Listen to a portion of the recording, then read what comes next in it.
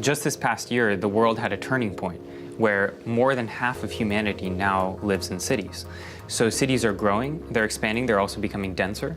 We're really going to have to think about how we can design new technologies for the city in different ways. My name is Matthew Claudel. I'm a researcher at the Sensible City Lab at MIT. We now have this ubiquitous digital layer that suffuses the city. We have physical space that's the same as it always has been, the parks, the squares, and the streets, and then you have a digital layer. So everything that we do in the city has actually been transformed. And humans and our apps, our technologies are really caught in between these two dimensions. What the lab explores is the hyperlinks between those, the sort of digital physical space, the collapse of bits and atoms. I'm Ingeborg Rocker, and I'm an associate professor at Harvard Graduate School of Design. I'm also the head of the 3D Experience City project at Dassault Systems. When I'm imagining the city of the future, I'm thinking about my daughter. She's 7 years old, and I imagine her to live in a city that engages much more with the citizens, where citizens communicate actively with each other, but also have a vision for the city, and where they live resourceful with each other. What we see is a more rapid growth of the urban areas than we have ever seen before. So that puts tremendous challenges to designers, of course, in terms of where do all these people live? What are they all eating? Where's the food coming from? How do we transport people? What is the energy resources we have for them?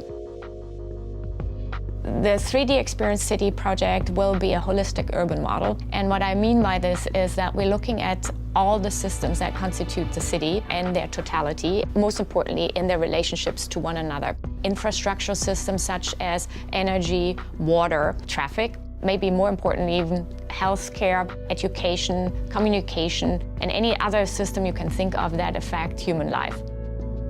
I'm Philippe Laffer. I'm the CEO of CATIA. CATIA's focus is to design and engineer every object in the world and making virtual worlds. So the model is not a computer graphics model. It's not just that. Of course, it's the 3D representation, but it bears inside, all the material properties. It's a model with all the behaviors, all the physics. So as a citizen, you can virtually walk inside the building and understand what the temperature will be. You can make a lot of what-if scenarios. In addition to that, also we look very carefully at the repercussions the urban systems have on the resources worldwide. And this is, of course, a pretty large project. We will work many years on it probably. But if we want to have a resourceful lifestyle within the urban settlements, we of course need to understand what the repercussions are for the entire planet.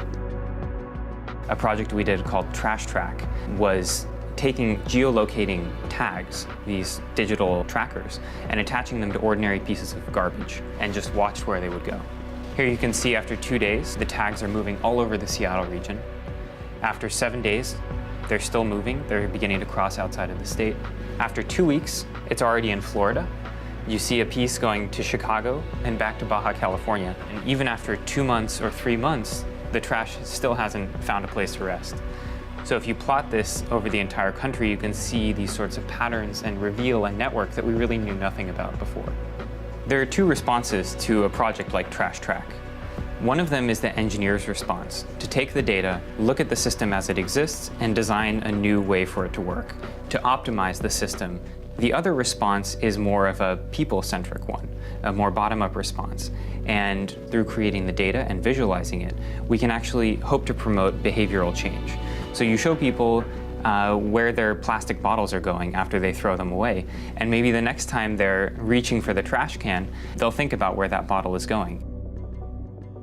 So this holistic model can be used by various players. For example, the city manager or the developer in the city can use this in order to play their different visions through and simulate, based on real data, what the repercussions would be of these type of plannings. Very important as well is the overall experience that the individuals will have. So what is the experience of the citizen? Through the visualization, which I think is a key aspect, data that is usually only abstract to us becomes really tangible. I think this project overall tries really to raise the level of consciousness we have as people living in an environment and being an extension of the environment. So when we think about the future city, it's not going to look too different, in my opinion. We still need flat spaces to walk on, we need tables, we need places to sleep, we need places to sit. But what's going to change is the way that we use our cities. Now that we have this digital layer, now that we can understand the city in new ways, we can transform the systems that we already have. So this might have implications for energy, it might have implications for food. Across the whole spectrum of urban challenges, we can begin to sense, to actuate, and to transform our urban space.